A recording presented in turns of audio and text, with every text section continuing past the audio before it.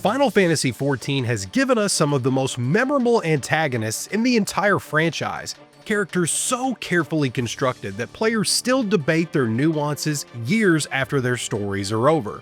The writing team at Square Enix has, more often than not, demonstrated a genuine understanding of what makes a villain work. But not all of them land that way, and in a game with 15 years of story content spanning dozens of patches and expansions, there are going to be some swings and misses. Some characters arrive underdeveloped, some are handed setups that never pay off, and some exist purely to be obstacles and have no depth to explore. This video is about those characters. We are counting down the top 5 worst villains in Final Fantasy XIV. We're going to judge them on a few criteria. Characterization and narrative impact are the big ones. What makes an entry earn a spot on this list is when the failure affects the quality of the story around them. An antagonist can be thin and still be harmless at the same time. But we're also factoring in screen time, so no, the Miser's Mistress from Aurum Vale doesn't count. We're also not considering any antagonistic force that has no characterization to critique. So even though the Heart of Sabik certainly has caused problems in the story's larger mythos, it will not be considered. Two more things before we get going. This list is not factual, it is just my opinion. Feel free to disagree with me in the comments. And finally, here is your spoiler warning for the entire game's narrative, from 1.0 all the way through the Dawn Trail post patches. My name is Stout, and I hope you enjoy. Before we get into the list proper, there's 3 characters we need to acknowledge as honorable mentions. These characters are here because their cases are complicated enough that they should be a part of the conversation, even if I don't personally consider them top 5 villain quality. Our first honorable mention is Medion. Let me be clear about something. The individual Medion we encounter in Elpis is a genuinely well-realized character. She exhibits curiosity, warmth, and affection, a being that is experiencing the world with open wonder, and that all happens before the weight of what her sisters discover crushes that curiosity entirely. Spending time with Medion in Elpis works. It gives us a window into understanding her. That version of Medion is not really the problem. The issue is that the Medion who functions as the villain of Endwalker is not that person. The individual we connected with in Elpis is assimilated by the collective consciousness of her sisters. These were the sisters who surveyed the dying civilizations of the universe and concluded that destruction was the merciful answer. What remains as the active antagonistic force is that collective. And the collective, for all of its philosophical weight and haunting presentation, is just a phenomenon rather than a fleshed out character. It sends the Song of Oblivion. It waits at the edge of the universe. It can't be engaged with in the way that Medion of Elpis could be, because the person capable of that has been overtaken. The actual active antagonist, as a dramatic presence, is thinner than the Endwalker story needed her to be. Our second honorable mention is Xenos Ye Galvus. I've said in many videos that Xenos is polarizing, and I want to acknowledge both sides of that division honestly. On one hand, his introduction in Stormblood is kind of effective. He is terrifying in a way that few villains in this game manage to be. He's a man who stripped himself of everything except the desire to fight, and he found the Warrior of Light to be the only person in the world who can give him what he's looking for. There is something almost existentially unsettling about that, but in some ways Xenos overstays his welcome. His return in Shadowbringers and his presence in Endwalker recycles aspects of the same dynamic without developing it as well as they could have. The obsession that felt fresh and unnerving in Stormblood becomes repetitive when given an entire expansion's worth of screen time. The story keeps gesturing at depth, his relationship with his father, his rejection of Garlean identity, the question of what a person becomes when they abandon all purpose except the hunt. And really, it never fully commits to exploring any of that. We do get a little bit of it, but not enough. If you really want the juicy stuff, you have to buy a book of short stories to get it. Those important details need to be explored in-game, and without that, Endwalker concludes his arc in a way that sometimes feels indulgent rather than explorative. Personally, I really love what the writing team did with Xenos, but I also recognize that there are valid reasons why many players don't resonate with him. And our third honorable mention is Zoraalja. I went back and forth on this. I thought for a long time that he deserved a spot on the list proper, but the more I've thought about it, the more I think that is not the case. Zoraalja is the primary antagonist of Dawntrail's first half, the First Promise, one of the claimants to the Dawn Servant throne and the man whose coup drives the central conflict of the expansion's opening chapters. He has narrative real estate and an intrinsically compelling premise. Zoraalja is also the son of Galul-Jaja, a legendary ruler, a figure who achieved peace through strength and built a prosperous era for Tyrol. He is also a son who was raised apart from his father, who was never truly acknowledged, and watched his father's legacy define the world he was expected to inhabit. I can get on board with the shadow of a legendary parent storyline, the hunger for recognition that curdled into something destructive, the question of whether a man can break the wheel and become their own person. This is good stuff. However, we are told that Zoraalja feels unseen by his father. We are told that his ambition is driven by a need to prove something, but we are never shown this in a way that builds genuine understanding or complicates our feelings about him. There's no real moment in the 7.0 story where the writing reaches inside of him and shows us the person the premise promises. Compare that to Wuklamot, who shares screen time with him. We do know she is loud and imperfect and sometimes frustrating to watch, but there's no denying that there are layers to her character. She shares her fears, insecurities, hopes, and dreams. You understand why she makes the choices she makes. Zoraalja remains murky until after his demise. Now, I do want to acknowledge that we get a window into a lot of these aspects of Zoraalja's character through his own son, Galul-Ja, abandoned at birth and left to fend for himself on the streets of Alexandria. Everything the main story couldn't bring itself to explore in Zoraalja is showcased through his child. And it's very possible that this was the game plan all along, but it's a measure of Zoraalja's shortcomings as a character that his impact had to be delivered by someone else. Now, when you look at him and his familial ties, the themes and story we get are actually pretty fascinating. That's something I hope to tackle in a future video. So is he one of the worst antagonists in the game? Probably not, but I think they could have done more with him in the main Dawntrail story. In fact, none of these three are among the worst the game has offered, but the trio are notable examples of untapped potential when it comes to the narrative. Keep that framing in mind as we count down the top 5. At number 5, give me Asahi Zas Brutus. Asahi is here for a lot of reasons. Not only is he one of the most boring villains in the entire story, but he's also a great example of writing that builds a foundation only to let it totally collapse. He appears in Stormblood as a Garlean tribunus and imperial ambassador, arriving under the pretense of facilitating prisoner exchanges between the Empire and the Eorzean Alliance. From his first appearance, the writing establishes several things about him. He is calculating and composed. Asahi has an agenda that goes beyond the official purpose of his mission. He is clearly using the goodwill of the exchange as cover for something else. And he has a personal connection to Yotsuyu Brutus, the former viceroy of Doma, one of Stormblood's more genuine tragic figures, and his adopted sister. All of that is promising. A Garlean manipulator operating in the gray space between diplomacy and conspiracy, with a charged family connection to a character that the player already has complicated feelings about. And this isn't a storyline that is trying to address the messy human aftermath of Stormblood's liberation. The pieces are there for something genuinely interesting. The adoptive sibling dynamic in particular had real potential. The question of what Asahi actually feels towards Yotsuyu, whether there is a genuine attachment underneath all the manipulation, or whether she has just been a resource to him. That is exactly the kind of moral ambiguity that produces great antagonists. And then Asahi reveals his plan.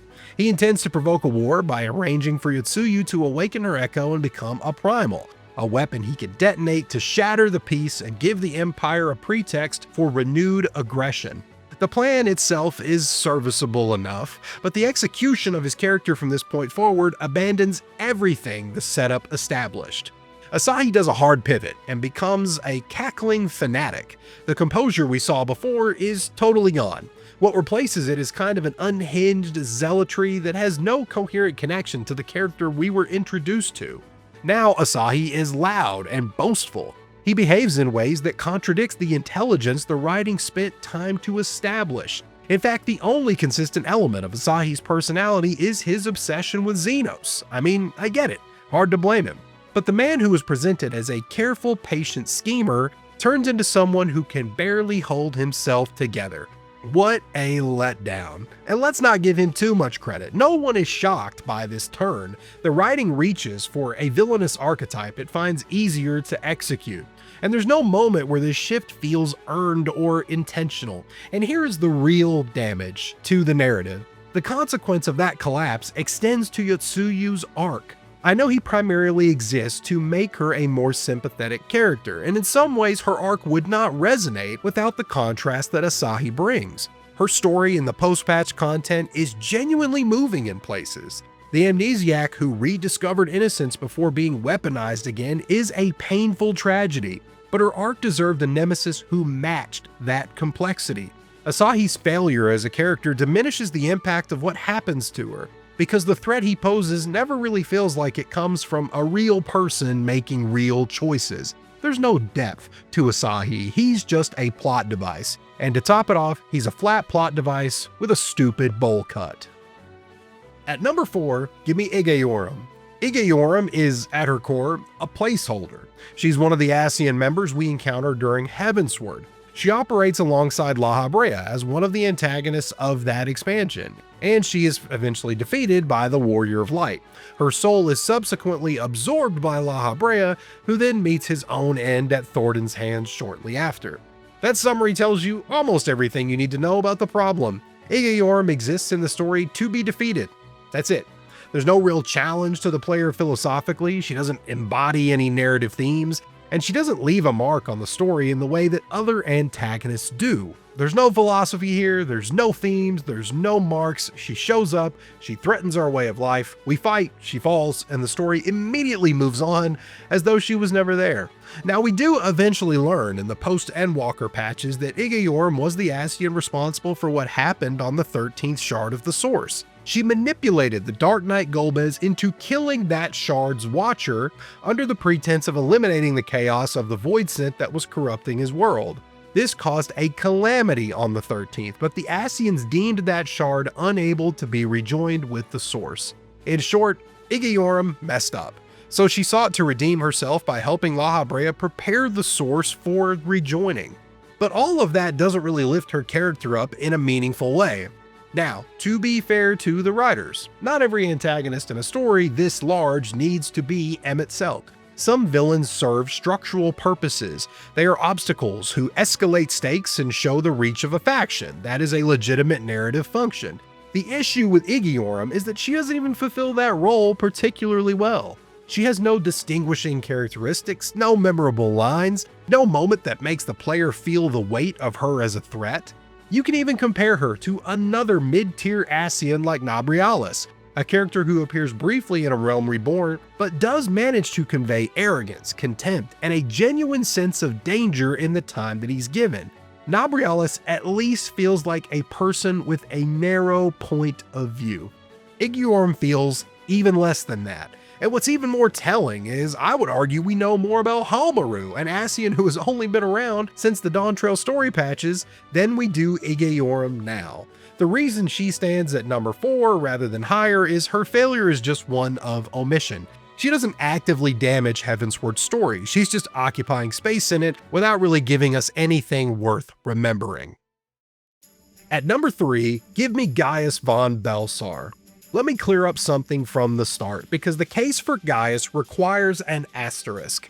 Gaius van Baelsar is not a bad character. He is, in fact, one of the more compelling figures in Final Fantasy XIV.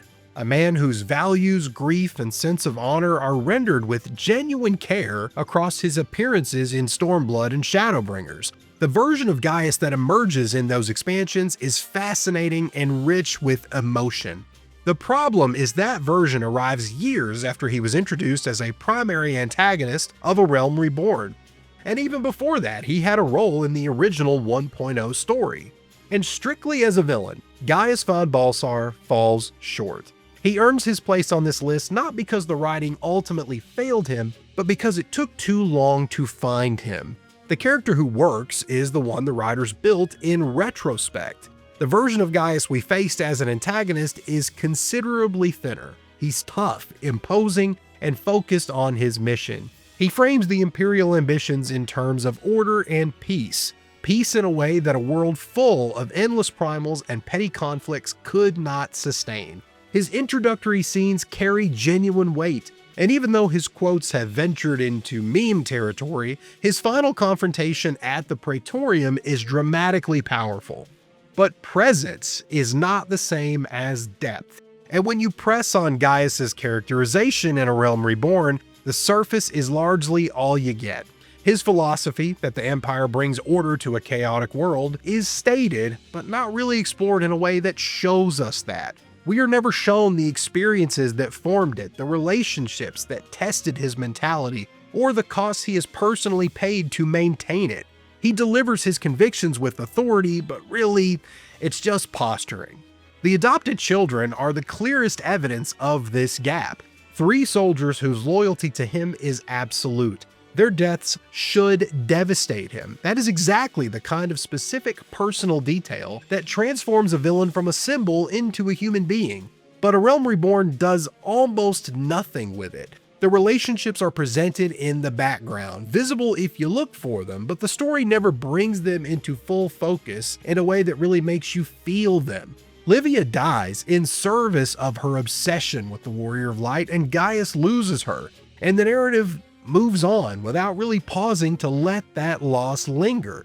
The emotional infrastructure is there, but the story doesn't use it. What Stormblood and Shadowbringers eventually do with Gaius is reveal that the writers always understood who he was, they just hadn't found the right context to show it yet. His opposition to Valen von Svaro in the Weapons Raid storyline is fantastic. Valen's is cruel, disposable with human lives, and contemptuous of anyone beneath him. Seeing Gaius oppose him tells us so much more about what the Black Wolf actually believed in.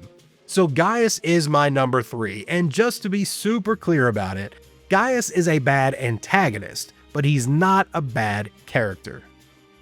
At number 2, give me Ranjiit. Ranjiit is one of the most frustrating entries on this list because the materials for a genuinely great antagonist are sitting right there in his premise, and the writing doesn't really do anything meaningful with them.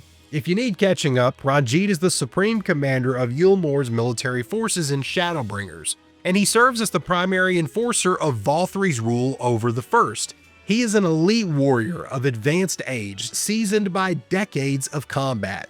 That is quite the resume.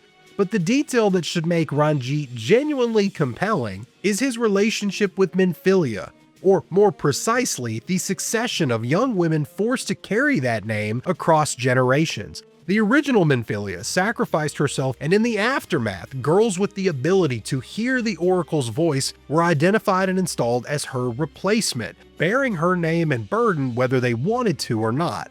Ranjiit was the guardian of these girls. He trained, protected them, and eventually watched them die over and over again. That should be devastating. A man who has spent his life protecting a symbol, watching the people behind that symbol get consumed by it, and continuing anyway. That is the kind of psychological complexity that produces genuinely memorable antagonists. And there are some real interesting questions buried in that. Does Ranjiit believe in what he's protecting, or has he simply been doing it so long that he can't stop? Does he see the girls themselves or only the role they fill? Is his hostility towards the Warrior of Light just a manifestation of his grief? Shadowbringers doesn't ask any of those questions. Ranjiit is presented as a dangerous threat, and that is essentially the entirety of his characterization. We're supposed to feel threatened by his presence, but as the Warrior of Light, we haven't seen enough of him to give him credit for the weight he's supposed to carry. Thancred says we should fear him, but there's never any tension when he shows up. And this happens so many times. Ranjiit's connection to Minfilia is acknowledged but never explored in a meaningful way. His decades of loss are mentioned, but they don't get showcased. He remains on the surface of his own story. What makes this place feel earned is the comparison to what Shadowbringers does with its better antagonist. This is the same expansion that gave us emet-selch, a character whose grief was so thoroughly rendered that players mourned him. The same expansion that built genuine weight into figures like the Crystal Exarch, whose sacrifice landed because we understood what it cost him. And Elidibus, a man so consumed by his duty to his people that he eventually forgets what he's really fighting for. Ranjiit existed in that same narrative space, with a premise that could have produced something just as powerful. The gap between what he could have been and what we got is why he sits at number 2 on this list. And rounding out our list at the number 1 spot, the worst villain in Final Fantasy XIV, give me Ilberd. Ilberd is a different kind of failure from most of the entries on this list, and it's worth being precise about why. He's not flat in the way some of these other characters are. There's a clear cause he stands for, and a deeply rooted history to back that up. He has a wound that the story takes time to establish. And yet, despite all of that, he consistently falls short of the antagonist his premise promises. That gap between the weight of his motivation and the thinness of his character is what earns him the top spot. If you need a refresher, Ilberd Feare is a Crystal Brave officer and Alamegan refugee whose entire identity is organized around the liberation of his homeland from the Garlean occupation. Alamigo fell decades before the main story begins, and the people it displaced carry that loss in different ways. Ilberd carries it as an obsession. Everything he does, every alliance he forms, and every betrayal he commits is framed through the lens of what Alamigo needs. He is willing to sacrifice anything, his honor, his comrades, and ultimately his own life, on the altar of that cause. His final act is to use the eyes of Nidhogg and the souls of his own men to summon Shinryu, detonating himself and everyone who followed him in a last desperate bid to force the liberation he couldn't achieve through legitimate means. That, on paper, is the architecture of a genuinely compelling antagonist. A true believer whose conviction has curdled him into fanaticism. A patriot who became so consumed by the idea of his people's freedom that he lost the capacity to see the people themselves. These are real, recognizable human patterns. And with a story that has Stormblood's thematic ambitions like liberation, the cost of resistance, and who gets to decide what a people need, the story should have been able to do something extraordinary with them. The problem is that Ilberd's internal conflict is almost entirely told to us rather than shown. We are told repeatedly how deeply he feels his cause. We are shown his ruthlessness in service of all of it. But the writing rarely puts us inside the experience of being Ilberd, of understanding how a person arrives at the conclusion that massacring his own soldiers is not just acceptable, but necessary. The fanaticism is visible, the journey into it is not. And without that journey, Ilberd remains a symbol of extremism rather than a portrait of it. We recognize what he represents without ever truly understanding who he was. There are moments that point towards something deeper. His history with Raban and the other Alamegan refugees suggests a web of loyalty and shared grief that could have grounded his betrayal as a genuine tragedy. The question of what he and Raban once meant to each other, and what it cost Raban to finally confront what Ilberd has become, that is genuinely interesting territory. But the story moves through it too quickly to let it breathe. The betrayal lands as a plot checkmark rather than an emotional one, because the relationship underneath it was never given enough time to make it feel like the loss it should have been. What Stormblood needed from Ilberd was the thing it gave to its better characters, the sense that his choices were made by a specific person with a specific history, not just an ideology that's wearing a face. Lys, Raban, even Conrad Kemp carry that specificity. Their relationships to Alamigo's liberation are shaped by who they are individually. Ilberd's relationship to it feels generic in comparison. He is a zealot, and that's pretty much it. It's like his story wasn't fully finished. And his placement on this list is not a dismissal of what the writers were trying to do. The bones of a great antagonist are there, but great intentions don't close the gap between a villain who could have been and who they actually are in our game. Ilberd had the raw material for tragedy and plenty of screen time to build that narrative across multiple expansions. It's too bad that we got martyrdom without the weight to justify it. To wrap this up, every entry on this list represents a different kind of failure. Now, none of this means the writers aren't capable. The existence of emet-selch, Nidhogg, Elidibus, Xenos at his best, and so many others make that argument for them. But understanding where stories fall short is just as important as celebrating where they succeed. It sharpens the appreciation for what the good ones get right.